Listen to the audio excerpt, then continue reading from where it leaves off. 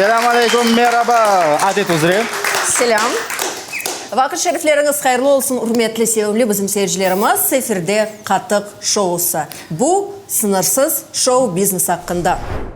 Biz ise növbetteki bizim Katık programmasında tezden mına bu yerde meraklı misafirler olacak. Gene de toylar mevzusunu devam edeceğimiz. Gerçekten de keskin belki de mevzular, bazı da rahatsız etken meselelerini müzakere edeceğimiz. Şimdi galiba vakit geldi. O vakit geldi hem de çoktan. İki acayip insan bugün bu yerde hem de sohbetimiz ciddi şekilde geçecektir. İşte belli DJ Ahtem Bey Gemici. Buyurunuz, hoş geldiniz. Ve belli çalgıcı, bestekar Alim Bey Abibulayev. Hoş geldiniz. Hoş geldiniz, buyurunuz. Siz kaysi takımın iştirakçısı olasınız? Taraf. Taraf. Siz ise DJ. Evet, çalgı takımı. Bizde de oyun var.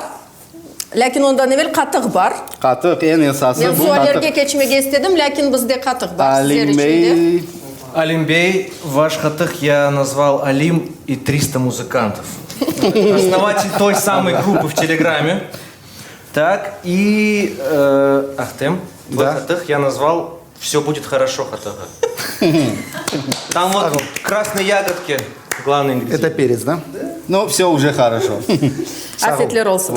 Güzel, hoş geldiniz daha bir kere. Aslında ben Alim Grupa hakkında aytdı. Bilem ki Telegram kanalında sizin böyle bir gruppanız var. Anda hepsi çalgıcılar. Ne maksadıyla siz bu gruppanı başladınız? Anda tek çalgıcı var değil, anda hem çalgıcı var, hem DJ'ler, hem şimdi nasıl ayta var, одиночка var mı? Albarcılar da var, artistler de var.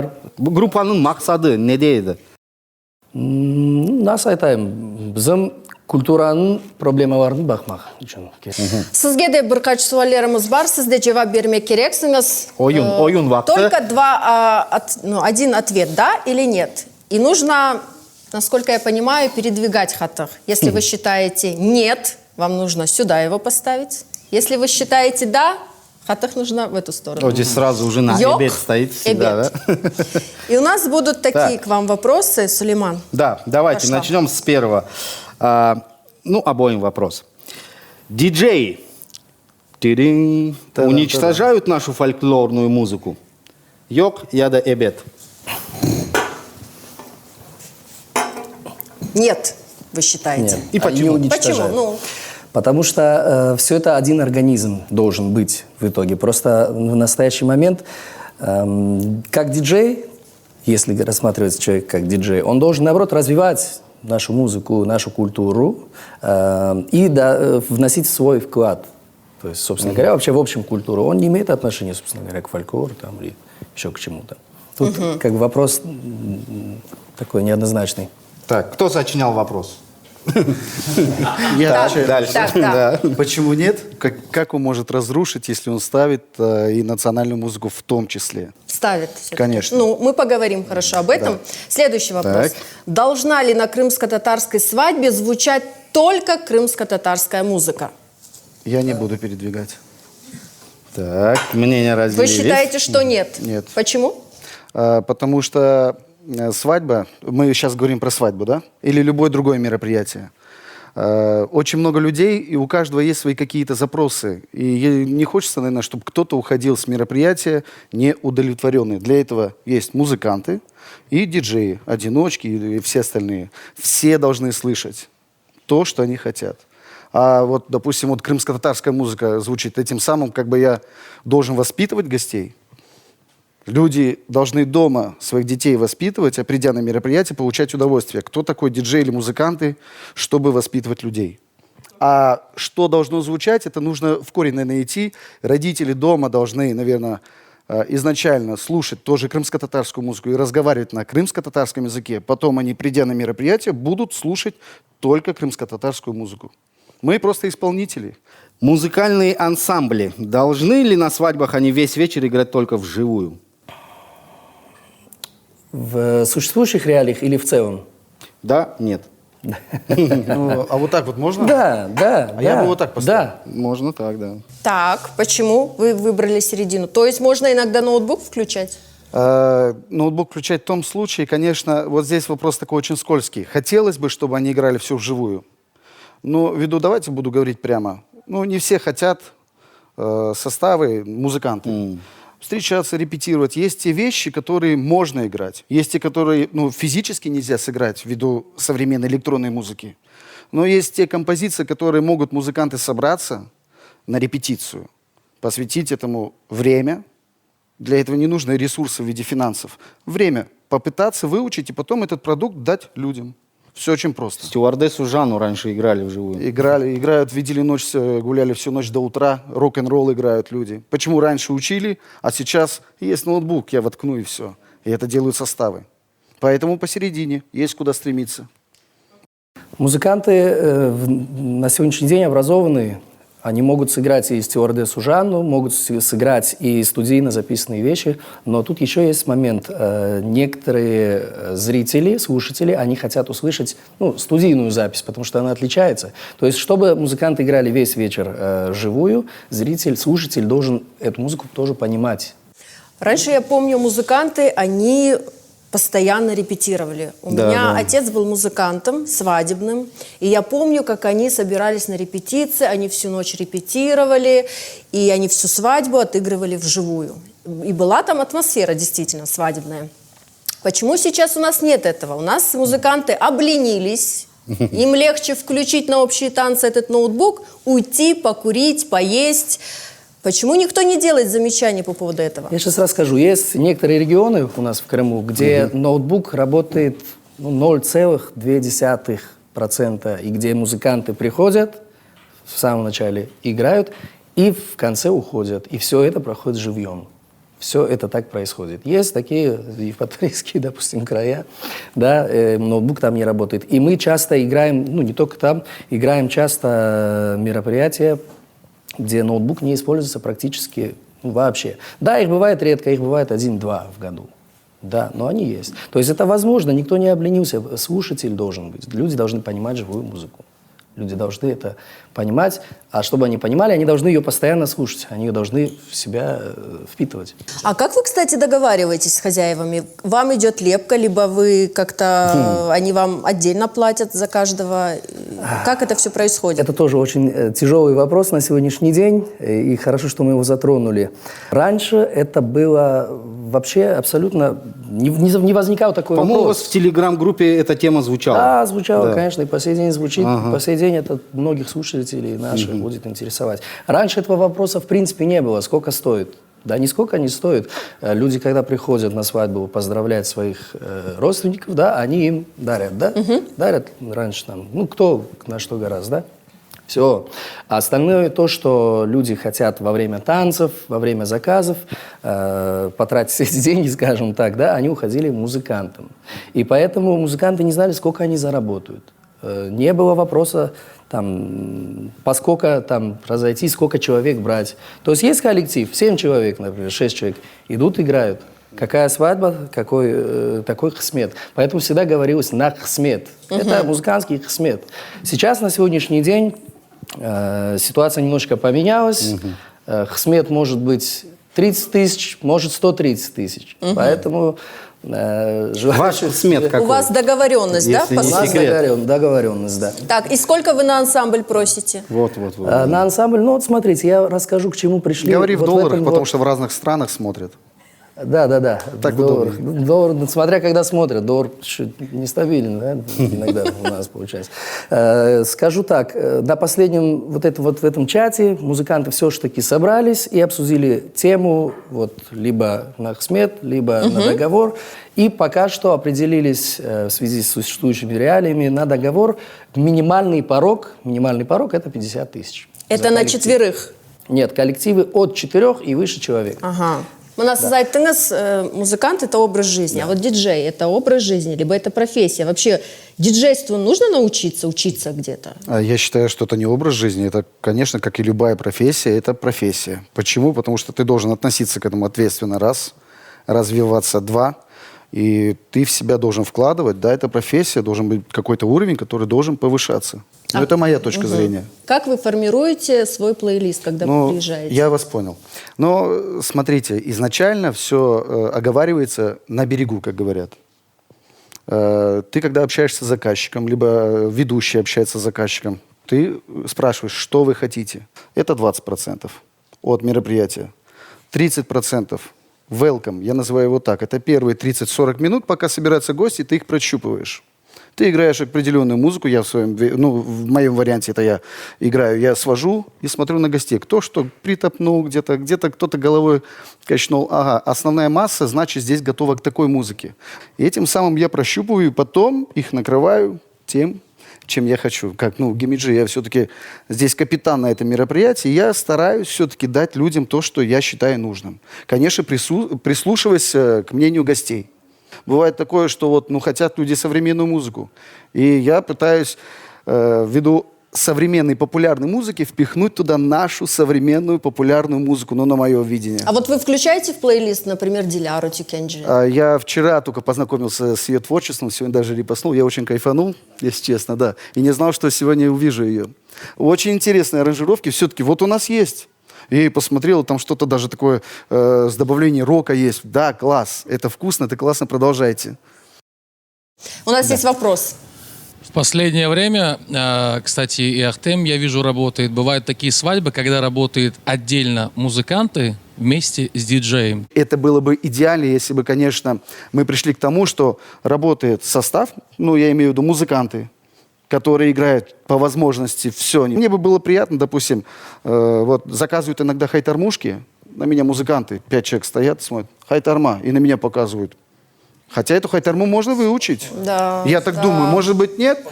Хотя бы постараться. Хотя бы постараться. А почему так, Алимбей? Хайтарма, это же, мне кажется, каждый музыкант должен уметь играть ее. Да, может быть, там, я не знаю, диджей Бибека хайтарму там, может, заказали. Или их слишком много. Хотя мы играем, допустим, Что, все все. не И диджей выучишь. Бибека Я не про играем, все составы, некоторые играют, да. А некоторые я не просто знаю. сидят дома. А почему у нас нет работы? Странно. Не потому что мы сидим и ничего не делаем. Нет, потому что играют там молодые ребята, либо молодой диджей. Поэтому мы сидим дома. Ребята, я не могу им ребята говорить, это некоторые взрослые люди, уважаемые. Они просто... Это те музыканты, которые реально их ценят, даже их дать послушать где-то в Молдове, в Америке, они скажут, нифига себе у вас музыканты. Но эти музыканты, как играли 15 лет назад одно и то же, и сейчас играют одно и то же, А к сожалению. почему так? С чем это вопрос связано? не ко мне, наверное. Почему так? Я объясню, почему такая ситуация есть. На самом деле, очень глубокий вопрос по поводу того, сейчас вопрос, почему не развивается музыка. Почему не пишут новые хайтармы? Пишут, кто-то пишет новые хайтармы, кто-то записывает новые песни. Очень много плагиата. То есть самый легкий путь это что? Плагиат. Но здесь еще есть момент, почему нету авторской музыки, которая бы, как в тот раз на современном сленге Арсенал сказал, Да, заходила очень не бы. Почему ее нету? Потому что писать ее не так уж просто. Отчасти крымско-татарская музыка черпает у балканской группы много что. Кавказская музыка очень большое влияние на нашу музыку имеет. Есть определенные правила написания, правила игры, которые... в тех странах уже известны, их все знают. Есть лады определенные, есть с самого малого возраста и обучение в этих ладах, на тех же музыкальных инструментах. Там консерватории заканчивают на этом. У нас нету школы, в первую очередь нету школы. Мы не умеем еще пока что так писать музыку, как умеют это, допустим, в Турции, в Азербайджане. Мы не знаем, куда идти. Европа у нас должна звучать, или Восток должен звучать. Что-то посередине, и не туда, и не сюда. У нас очень часто звучит безвкусная узбекская музыка. Вообще, мне это очень сильно бесит. Это что? Это действительно люди ее заказывают? У нас И такая причем- ностальгия, да, сильная? Я понимаю, когда Это подходит пожилое взрослый поколение, да? человек и По-моему. говорит, Юлдус Усманову можно? Я понимаю, что они, будучи в моем возрасте, в Азии слушали эту музыку, и они оттуда привезли в том числе, и нашу культуру, и эту узбекскую. Но когда подходит ко мне молодая девочка, Говорит, можно, пожалуйста, Юлдус Усманову? Ладно, я понимаю, сейчас вот у Юлдус Усманова с Максом Фадеевым вышла песня, да. Когда они заказывают Чинури, молодая девочка, я смотрю, может быть, что-то наше современное или хотя бы наше. Нет, мы хотим именно Чинури. Потом еще один идет с телефоном, думаю, хоть бы наше, хоть бы что-то нормальное. Ну, закажите что-то нормальное. Там Юлдус Карбанбекова какая-то, что Кыргызстан там. Были Почему? печальные финалы, когда Но не ставил я, что-то? когда не ставил, а что за ты диджей тогда, ты, если не можешь поставить? Я вот дома в 3 секунды могу найти, а ты не можешь. У нас есть еще один вопрос. Да, у меня вопрос к Алимбею. Как раз про то, что вы сказали, не хватает, да? Нету вообще школы крымско-татарской музыки, чтобы мы писали в стиле. Но вопрос, может, в этом и проблема, что у нас нет новых песен, потому что все стараются сделать что-то типа крымско-татарских напевов. Потому что почему бы и нет? У нас из-за того, что мы настолько сильно поворачиваемся к национальным напевам, мелодиям, ритмам, к этой балканщине, Багышланас, начинает все путаться. Неужели то, что я являюсь крымско-татаркой, пишу песни на крымско-татарском, это не делает мою музыку крымско-татарской? То есть, почему я обязана использовать 7/8, предположим, да, или восточный строй гаммы? Неужели нельзя от этого немножечко отделиться и пойти там что-то, например, западное добавить к музыке? И мне кажется, что то, что оно будет на крымско-татарском, это и будет сокровищницей нашей культуры и музыки. Да. Хорошо. Очень хороший вопрос, Сагонас, очень хороший вопрос. Я не про балканщину говорю, у нас и Греция, и Турция, и Азербайджан. И оно вот так путается. Да, там все как бы есть, все у нас есть. Я вмешаюсь, секундочку. Давайте, Арсенага. Я просто не могу понять, как мы делим так вот, такая музыка, сякая. Так. Есть понятие лады. Если это в Байт и Ширазе, то это в Байт и Ширазе. Это в Ушаке, в Ушаке. Неважно, это название лада или это риджаз. Это неважно, где он используется. Это Америка использует или Греция. Причем здесь у них уже это есть. И у нас это есть. Если мы не знаем, то проблема в нас. Я думаю, что нужно всем бросить балканскую музыку. И бросить... И она не только балканская. Дело в том, что Балканы под Турцией. Это первое. Второе, турецкое влияние. Там точно такие же лады, как и в Турции, точно такие же, как в Азербайджане и в Армении. Поэтому это никакого к нам отношения и оправдания не имеет. Мы должны понимать, что мы в начале свадьбы должны играть свое. Свое. Так же, как мы требуем от ведущих, чтобы они вели на крымско-татарском, и если их просят, они переходят на русский язык. Извините, если он знает еще какой-то язык, он и на английский перейдет. Нет проблем, правильно, Сулейман? Правильно, yes. Вот. Я согласен, что с плагиатами нам все же надо стараться прощаться.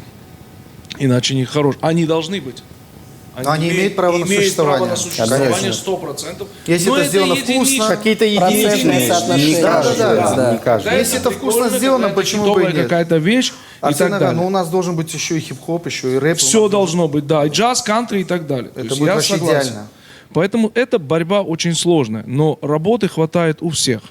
Ну, диджеи завтра усовершенствуют свою работу, напишут ремиксы, начнут писать ремиксы, ну и будет более современный. Музыканты начнут над собой работать, и вот тут кто работает, тот и будет наверху на плаву. Ответим на вопрос Диляры. Сейчас вернемся. На самом деле свадьба для каждого это что-то свое. Вот как Арсен говорит, если ребенок с самого детства смотрит, что сначала «Синий трактор», да, потом смотрит, там, я не знаю, там «Чувак-чувовод» слушает, потом в школе по трендам ТикТока развивается. Ну, да. Когда он там женится, у него свадьба, и он подходит, говорит: «Асфальт 8 включите». Нету. Как нет? Вчера же было.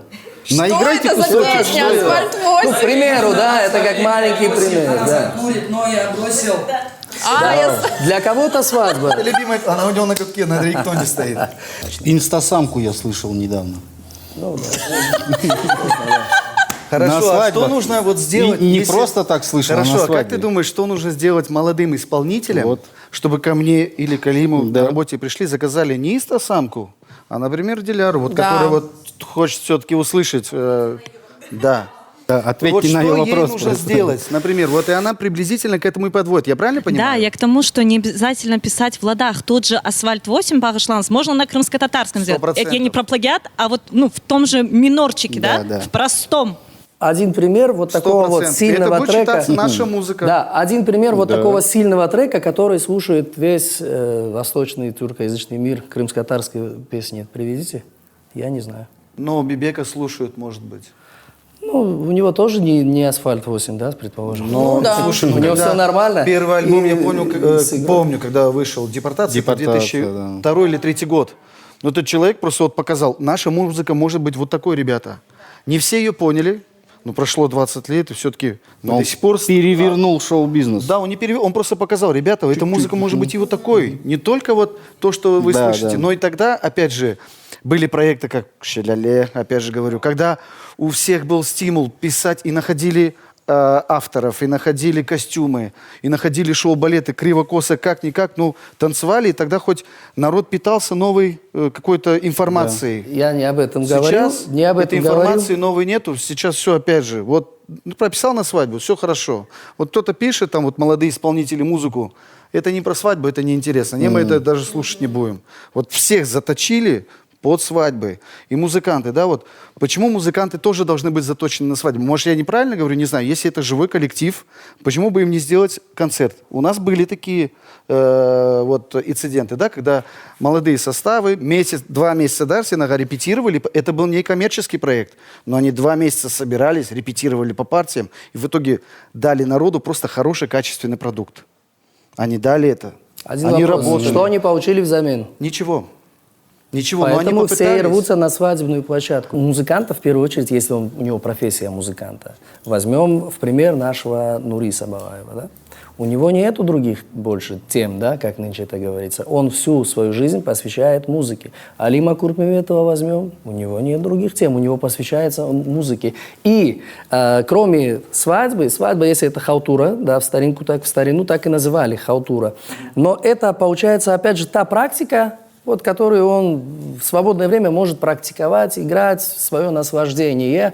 Он продолжает делать свое дело. Он музыкант, он не на свадьбе занимается музыкой и дальше тоже занимается. Ну вот как раз об этих людях мы говорим, он музыкант, а есть люди, которых мы сейчас перечислили, Нурис Абалаев, Алим Куртмеметов, фамилии, имена нам известны, тех людей, которые кроме музыки ничем другим не занимаются и жизнь посвящают музыке. Просто часто слышатся фразы, что мы где-то боремся за культуры, прикрываясь культурой, мы скрываем свою меркантильную душу, к сожалению, и пытаемся бороться за деньги, создавая какие-то песни, выдавая их за свое. Как по мне, свадьба крымско-татарская – это музыканты.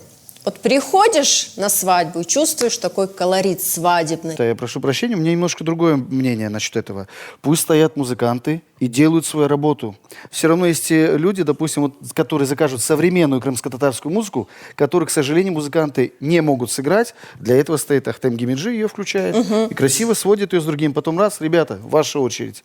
Я стою как пес, жду, мне фас, все, люди мои. Потом я вижу, так, люди устали от этой современщины, сейчас нужно что-то, чтобы живьем поиграли. Ребята, фас. А подошли, заказали такую песню, и говорят, Ахтик, мы ее не играем, фас, обратно ты. Я понял, спасибо. И обратно я. Я услышал, Ахтемчик, твою идеальную форму. Моя идеальная формула, наверное, не идеальная, скажем так. На наш, обусловимся. вот на мой взгляд, на наш и, взгляд. может быть, на твой, моя, у тебя другой, моя может, видна зрение. по-иному. Диджеи, неважно, артисты, музыканты, все должны работать над собой в своем направлении. 100%. Не пользоваться исключительно кто-то чьим-то. Это уже паразитизм, так не должно быть. То есть конкретно тот выпускает, делать свое дело, тот свое. И это нужно делать качественно и выносить в массу. Да. Обязательно. Кроме того, очень хотелось бы обратиться к нашему народу, чтобы они своих детей воспитывали на этом тоже. То есть не только на том, что вообще не связано никак с нашей крымско-татарской культурой, а чтобы дети уже были готовы к школьному возрасту и уже впитали в себя хоть частично нашу культуру. Мы вышли на улицы Ахмеджита и спросили у людей вообще, они за диджеев на свадьбах, либо за музыкантов живых. И как они ответили, давайте послушаем. Давай. Салям алейкум, с вами Хатек на выезде. И мы спросим у вас, у наших зрителей, что или кто вам предпочтительнее, музыканты или диджей? Где это сделать, кроме как не в банкетном зале? Давайте узнаем ответ на этот вопрос. Поехали! А кого бы ты хотел видеть на своей свадьбе? Диджеев или музыкантов? Конечно, в большей степени музыкантов. Почему? Живая музыка, другие эмоции. Супер, ты музыкант или диджей? Можно и те. Диджей. Почему? Ну, у них больше современной музыки. Вы не считаете, что диджеи как-то вот разрушают нашу вот музыку, фольклор наш? Усовершенствуют? Нет, разрушают. Нет. Наверное, все-таки музыкант. Почему? Потому что музыкант в каком-то смысле выбирает музыку, видит атмосферу, подбирает музыку к определенному танцу. Говорят, что диджеи разрушают нашу национальную фольклорную музыку. Вы с этим согласны, нет? Ну, я думаю, что капля современности не будет помехой для национальной музыки. Диджеи или музыканты? Музыканты. Почему? Живая музыка всегда намного лучше, ярче звучит. А вы бы на своей свадьбе хотели, чтобы у вас выступили, я не знаю, Риана Таркова, Джамдин? Конечно. Ну а как тогда быть, если только музыканты? Но можно всегда найти выход из ситуации. Диджеи или музыканты? Диджей, наверное. Диджей. Почему? Ну, у него больше разнообразия музыки. Ну, так поинтереснее, в принципе, вечер проходит. А как же вот наша фольклорная музыка? Но она тоже неотъемлемая часть любого мероприятия, но на таких современных, если более, то диджей, а если на таких каких-то традиционных, то скорее музыканты. Я полностью согласна с ее мнением. Ну себе на свадьбе вы бы кого хотели? Фольклор. Не диджея. Одного диджея и музыкантов, короче. Хороший выбор. Физия Ханум, вопрос простой. Диджеи или музыканты? Музыканты. Для меня очень важно живые музыканты, живой саунд. Диджеи не разрушают нашу фольклорную музыку? Ну, вы знаете, Erşehir'in на самом деле Tatarca айтсақ, Erşehir'in bir öz yeri var. DJ de olmak gerek. DJ olganda böyle pop muzikalar, oyunlar, şeyler çeşit türlü. Onun için her şeyin bir yeri var. Но когда есть живое исполнение, это живая энергетика, это другие эмоции. И вообще, это все по-другому, поэтому я считаю только живое исполнение. Диджеи или музыканты? Музыканты. Не için. İştesiniz. Ben susam. Диджеи или музыканты? Bizim avalarımız самое главное, в первую очередь. А там, ну, живая музыка Насал Гузель, послушайте вот там вот. У нас вот крымско-татарские наши вот попсовые певцы, они как где-то хотят получать площадку. Свадьба у нас так или иначе сейчас самая большая площадка. Как им быть? Есть, конечно, концерты, допустим, Джимиле, вот Джафер делает, Медат Ага, Атеш, они делают концерты, где артисты могут прийти. Тоже площадка. Да, но таких в год 2-3 и, увы, мало. Вот сольный концерт, допустим, ждем сольный концерт, вот Афизи Тата поет, вот ее, хорошо было бы тоже собрать какой-ски. Но диджеи все-таки есть место им в нашей культуре крымско-татарской, или они разрушают ее? Ну, в ногу со временем, как бы, но вживую должно исполняться на свадьбах. Это, как бы, даже, ну, не обговаривается. Каток на выезде? Да. Супер. Диджеи или музыканты? Диджеи с музыкантами. Это Вместе. И это правильный ответ! Музыканты, конечно. Почему? Потому что с диджеями наша крымско-татарская культура уходит назад. Ахмед! Бабушка, братишка! Бабушка! Нормально,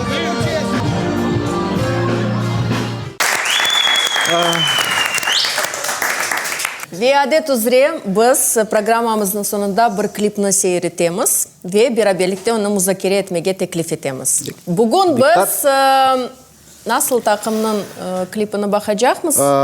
Zaman. Zaman çalgı Ve takımının Sımarış klipi. Evet, klipi. Sımarış. Geliniz bugün bu klipke vakit ayırayıq. Где понимает небо свод, что без тебя мне видимо.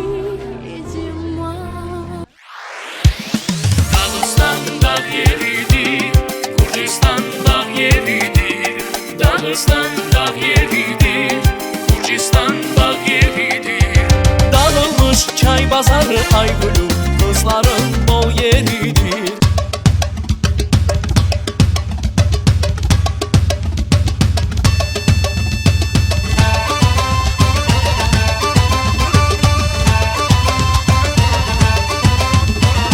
Давайте. İşte böyle Вообще, для чего свадебным музыкантам снимать такие клипы? Ну, для чего? Я не увидела там какое-то высокохудожественное что-то такое, что-то там, я не знаю, чтобы меня там зацепило. У нас есть человек для в студии, чего? который сыграл главную роль, и я так Давайте, думаю, да. это режиссер этой работы. Эльдар Джелилов. Келін, çıkın мында ерке сізді көрсін. Да, проходите.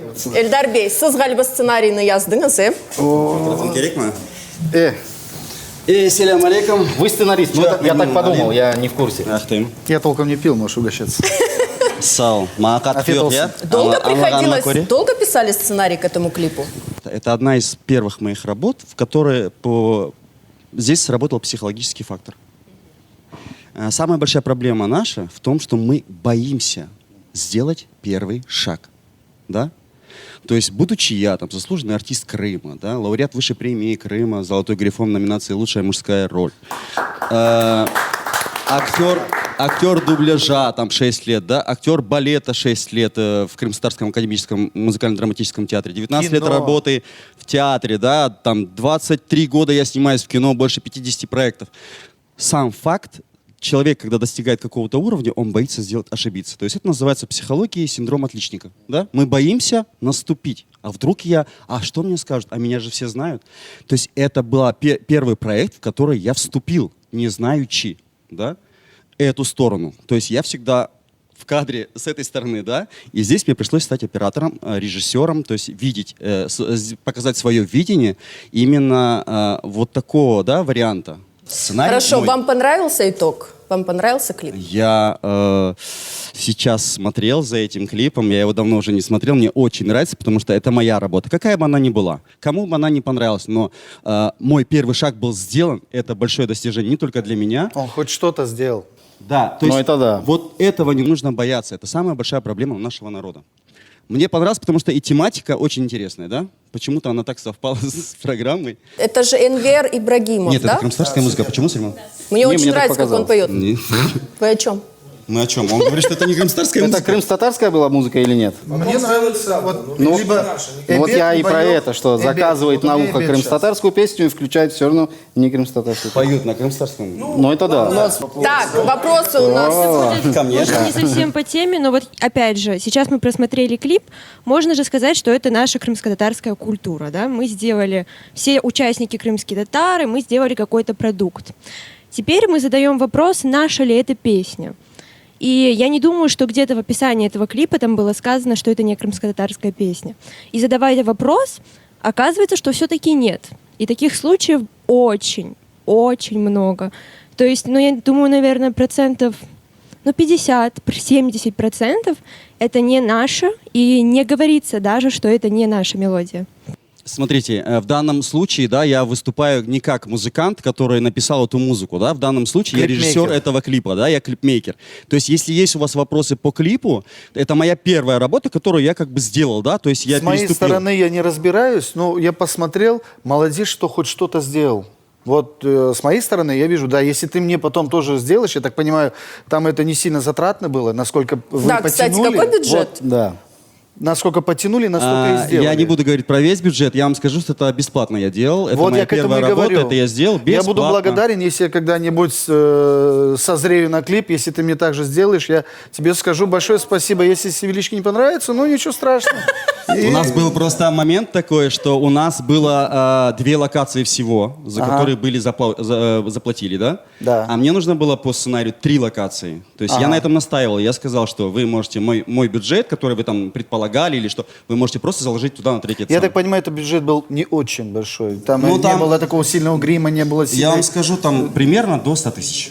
До 100 тысяч? Снять вот такого плана клип стоит 100 тысяч. Да. Смотрите, что еще. Допустим, когда я начинал вообще клипмейкерство, да, режиссуру эту, выстраивать, то есть мы начинаем поэтапно. Мы сегодня очень часто говорим о том, что есть такое слово, как самообразование. Я учусь, мне сейчас 44 года, я учусь до сих пор. Мне вот это интересно. Что вам не понравилось в этом клипе? Ну, есть с чем сравнить. Ну вот в этом клипе что хорошо, нету до моря. заката. Нету моря, да, Танцующих в национальных костюмах. Национальные костюмы были там? Нет, я не помню. Я больше скажу.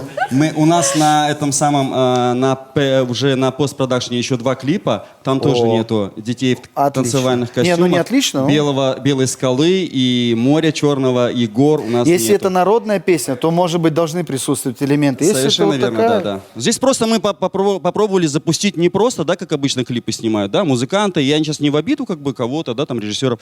Просто у меня другое видение клипов. То есть я попробовал здесь просто запустить какую-то еще дополнительную историю, да. То есть идет история, кроме того, что мы позиционируем, да, Заман, да, как это самое, которые моментально там сработали, смогли, сидя просто в кафешке, выйти и сыграть. А танцевали это профессиональные танцоры? Ни одного профессионального танцора не было. Единственное, что мне, может быть, мне все понравилось, но, наверное, вот там было бы интересно, если бы синхронно, наверное, танцевали, а так все классно. Там третьим планом идет их внутреннее состояние. Когда они в белых костюмах танцуют, это внутреннее состояние каждого посетителя, который сидит в кафе.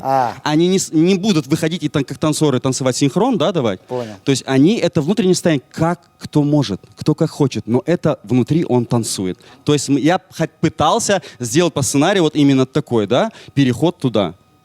Почему мы вот так вот буксуем, так сказать, на месте и отстаем от остального мира? Нам нужна насмотренность и наслушанность. Смотреть не только вот где рядом, там в России выпускают клипы, посмотрите там в Америке, там, я не знаю, в Индонезии, да где угодно. Мы должны очень много всего поглотить, причем классного качества, ну, некачественно тоже можно, что попадется. И так мы будем расти. Насмотренность, наслушанность во всем. Можно дополню еще одну фразу. Как Алим говорит, у нас все профессионалы работают, да? Ребят, а чего вам стоит взять, просто обучиться и написать эти музыку, как вы ее видите? Почему этого никто не делает? Почему все профессионалы и все сидят дома? Почему они не берутся и не делают? Пускай будет ошибка 1, 2, 3, 10, но 11 может выстрелить. Это как раз будет, вы потихоньку будете готовить и своих, не надо детей готовить дома. Вы делаете концерты, вы пишите, запускайте этот контент, чтобы дети смотрели это и на этом учились. Не каждый может отдать ребенка там куда-то. То есть от вас все зависит. Вы готовите своего зрителя. Все, Саулос. Да.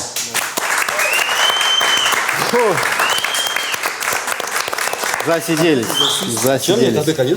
Ну вы посмотрите клипы, которые снимают свадебные музыканты. Это же кошмар. Стоят на фоне моря. Да, честно, да. Стоит аккордеонист рядом, и он просто стоит, поет. Может Это быть, но они клип. хоть что-то сделали, хоть это можно в YouTube забить. Просто Мы постоянно говорим о том, они хоть что-то сделали. Поэтому нас вот это все и торопит. Вообще было бы, это конечно, плохо, что хоть качественно что-то. делать. Надо делать качественные классно. костюмы, конечно, качественный шоу-балет, качественный грим, качественная постановка. Я Вот. просто участвовал в массовке целый день. И я там в клипе 2 секунды. Да. И мы снимали, оказывается, 15 секунд клипа. Мы целый день там согнали около 40 человек. И это был визажист, это был... Но это сложно. Мустафа Эмир снимал клип, и Дваджиев его ставил. Да, насколько я кайфанул. И, оказывается, мы снимали 20 секунд клипа, плюс-минус. Но это был такой интересный процесс. И с таким подходом, конечно. Там снимался он не на 3 локациях. И снимался на одной локации с утра. Мы оттуда уехали в 11 ночи, по-моему. Вот такой подход, это интересно. И вышел качественный продукт, правильно? Правильно. Ахтем, я считаю, любой продукт должен быть. Вот объясню, есть азербайджанцев, есть исполнитель, у него есть бендик, они встают, просто поют свою, там, той попури называется. Все, все 6 минут. В том же место, в то же время этот солист выпускает там фирменный клип. Да, и то. Да. И не важно. Ну, лучше, конечно. когда качественно. Тоқтаңыз, Алим бей. Aslında biz sevilenin herkesini tek qatıqnen sıylamayıq. Sponsorlarımız бар. Bizim dostlarımız Kırım kahvesinden sizge hediyeler, bakışışlar. Afiyet olsun.